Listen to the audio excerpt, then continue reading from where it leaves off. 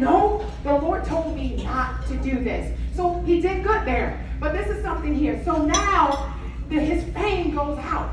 His fame goes out, and this old prophet hears this. And he gets on his donkey, and he begins to go after the young prophet. And God began to show me and tell you guys, you that's in this room right now, the fame has gone out. Everything that you've done in your churches and the miracles, signs, and wonders, so many things you've seen generations raise up. God has blessed you with a building project. So many things have happened, and the enemy is out on your trail.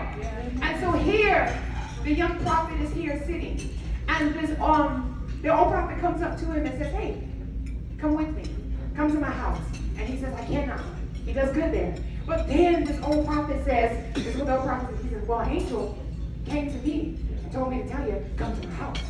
And so now the old prophet gets up. But that's the thing that we can't forget. When God tells us something, he is not a man that he should lie, nor a son man he should repent. He's not a God that he will change. So he gets up and he goes with him. Now he's sitting in there chatting and chewing. Having a good time. And all of a sudden, the old prophet begins to say, oh, he gets a real word. And he goes, you know what? God says, because of your disobedience, now a lion is going to come and eat you. Your life is over. It's done. And so the prophet, the young prophet gets up. If I had more time, I would just go with this. But then when the young prophet gets up and he goes. And the lion eats him. And then we're going back to verse 13.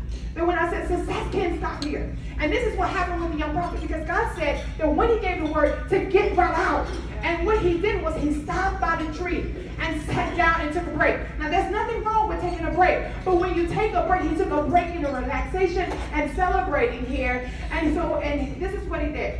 Because he looked at me and said, okay, when this king reached out to touch my hand, it's wrong. And then also the prophecy came to pass.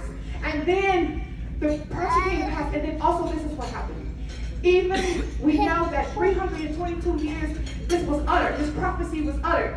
And 348 years later this happened. So it came to pass. Now you guys sitting in this room, God has given you visions and given you prophecies, but if we have to wait 670 years for that to come to pass, oh my God. This things that I'm asking God to do in my life, Jesus, really? So I have to wait.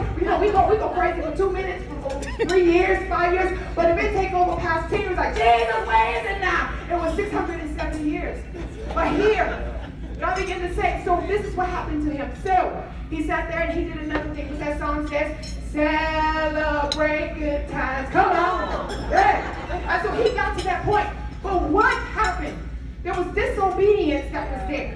That he didn't obey God truly to what God says. This is what God is saying, to be careful. This is one of the things I want to give you. The point.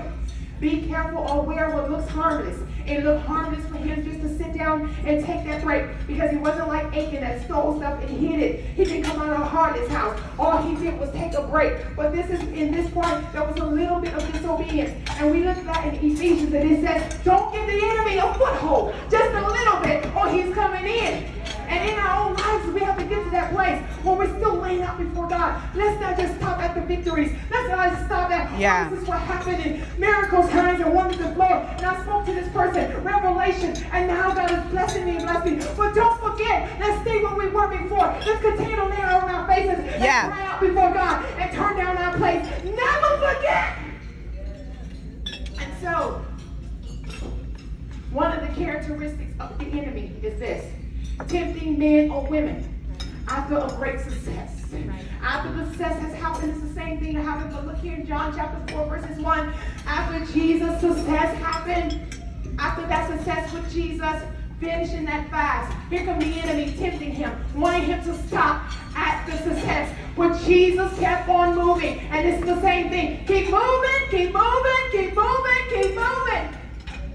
And so, we can see here what happened to the prophet. Because the prophet stopped, his life was over.